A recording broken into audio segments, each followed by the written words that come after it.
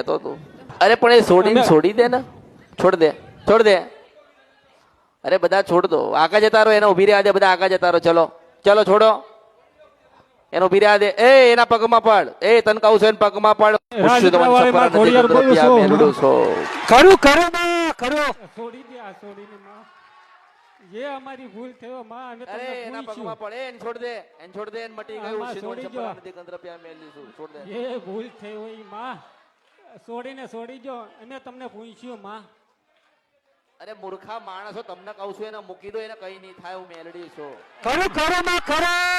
કરું માં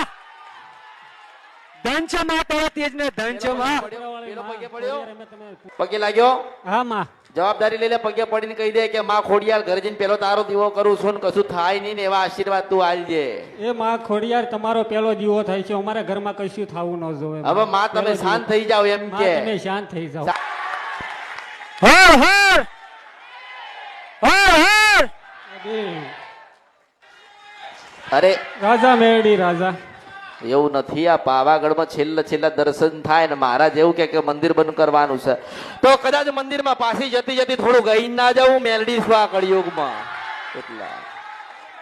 અને ભુવા હું કે તમે વેમેલા છો એમ કે એટલે મેં મૂર્ખના સરદાર 500 માણસ ઉભીને પૂછી જો કે આનું માથું અલગ છે ના એક જ રાજા હવે આનું મારે શું કરવું આને મારે શું કરવું